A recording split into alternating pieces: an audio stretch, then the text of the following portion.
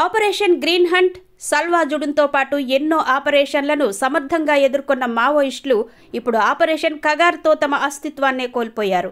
అగ్రనేతలే ఎన్కౌంటర్ల బారిన పడుతుండడం, లొంగుబాటులో పయనిస్తుండడంతో మిగిలిన కేడర్ దిక్కుతోచని స్థితిలోకి వెళ్లిపోయింది. 1980 దశకంలోనే అప్పటి పీపుల్స్ వార్ గ్రూప్ కార్యదర్శి కొండపల్లి సీతారామయ్య పార్టీ కీలక నేతల్ని దండకారణ్యం బాట పట్టించింది.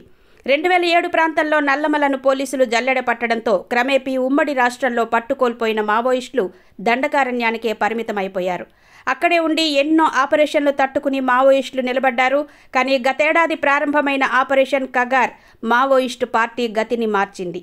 ఏడాది వ్యవధిలో 680 మంది మావోయిస్టులను పోలీసులు అరెస్టు చేయగా 1225 మంది లొంగిపోయారు. ఏకంగా 270 మంది ఎన్కౌంటర్లలో హతమయ్యారు. ఇందులో కేంద్ర కమిటీ సభ్యులు కూడా ఉన్నారు. వ్యూహకర్త హిడ్మా ఎన్కౌంటర్ కావడంతో మావోయిస్టులు ఆయువు పట్టును కోల్పోయారు. దాంతో మిగిలిన వాళ్లు కూడా దిక్కుతోచని స్థితిలో లొంగుబాటుకి ప్రయత్నిస్తున్నట్టు తెలుస్తోంది.